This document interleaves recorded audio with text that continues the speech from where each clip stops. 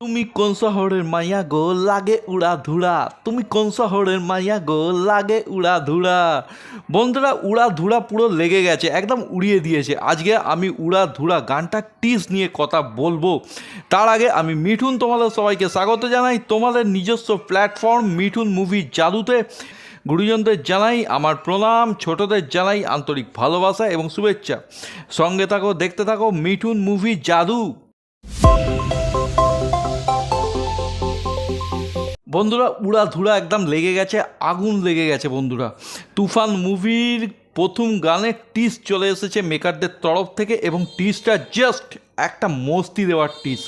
ছোট্ট একটা গানের ঝলক যদি এতটা মস্তি দেয় বন্ধুরা, তাহলে পুরো গানটা কীরকম মস্তি দেবে তোমরাই ভেবে নাও। এটা আমাকে আলাদা করে হয়তো আর বলতে হবে না।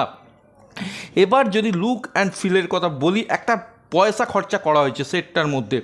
কোরিওগ্রাফি থেকে শুরু করে সেট ডিজাইনিং প্রত্যেকটাতে একটা গ্র্যান্ডিয়ার, একটা ফিল, মানে একটা ভালো পয়সা খরচা যে করা হয়েছে মেকারদের তরফ থেকে, এটা কিন্তু বোঝা যাচ্ছে। এবং বাংলাতে বহুদিন বাদে এইরকম কেওড়া গান, আমি শিওর এই গানটা যখন মুক্তি পাবে দুই বাংলাতে জাস্ট ব্লাস্ট করে দেবে বন্ধুরা। পর্দায় যেমন নায়ক নায়িকা কোমর দোলাবে, পর্দার এপারে দর্শক, মানে আমাদের অবস্থাও কিন্তু একদম টাইট হয়ে যাবে। আমরাও কিন্তু না নেচে থাকতে পারবো না, পুরো মস্তি দেওয়ার মতো গান।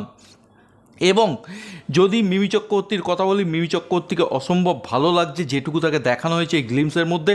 এবং সাকিব ভাই মেগাস্টার, আই লাভ ইউ, তাকে তো জাস্ট ফাটাফাটি লাগছে, ফাটাফাটি লাগছে, ফাটাফাটি লাগছে। সত্যি কথা বলতে আমি সাকিব ভাইকে দেখে এই গানে একটা কথাই বলবো, তুই কোন শহরের পোলা রে লাগে উড়া ধুরা। হ্যাঁ, একদম উড়া ধুরা লাগছে, কোন শহরের পোলা।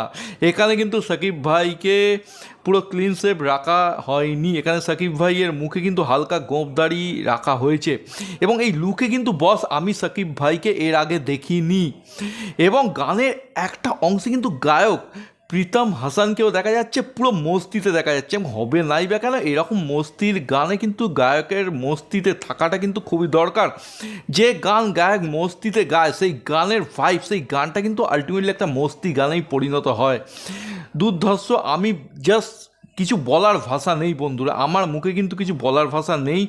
এই ছোট্ট ঝলক দেখে আমার কিন্তু পুরো গানটা দেখার প্রতি যে খিদে, ওটা কিন্তু বন্ধুরা বেড়ে গেছে। এবং আমি পুরো তুফান টিমকে আবার আবার আবার কুর্নিশ জানাতে চাই তাদের এই প্রচেষ্টার জন্য।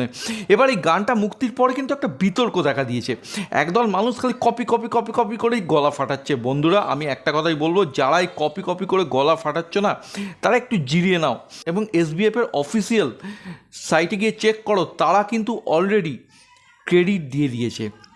এই যে মরালো কোকিলা, সেই গানটা থেকে কিন্তু এই গানটাকে ইন্সপায়ার্ড করা হয়েছে, এটা কপি নয়, এটা হচ্ছে ইন্সপায়ার্ড। এবং এবং এইরকম ইন্সপায়ারিং কাজ কিন্তু প্রচুর হয়েছে, আগেও হয়েছে, এখনও হচ্ছে এবং ভবিষ্যতে হবে। সুতরাং এই কপি কপি করে অনবরত চেঁচিয়ে নেগেটিভ পাবলিসিটি প্লিজ করো না, বরঞ্চ গানটার যে ছোট্ট টিজটা এসছে সেটাকে এনজয় করো, পুরো গানটার জন্য ওয়েট করো।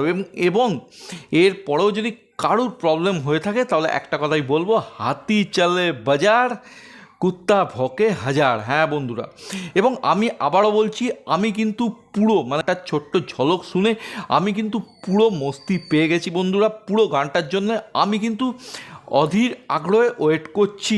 তোমাদের এই টিজটা কেমন লেগেছে সেটা কিন্তু জানাতে ভুলো না। আমার এই ভিডিও কেমন লাগলো সেটাও কিন্তু অবশ্যই জানিও। এবং যদি ভিডিও ভালো লাগে লাইক করো, শেয়ার করো, নতুন যদি হয়ে থাকো চ্যানেল বা এই ভিডিওয়ে অবশ্যই সাবস্ক্রাইব করো এবং ফার্দার নোটিফিকেশনের জন্য বেল আইকনটাও কিন্তু ক্লিক করতে ভুলো না। সকালে ভালো থেকো, সুস্থ থেকো, মস্তিতে থেকো, টেক কেয়ার, বাই বাই।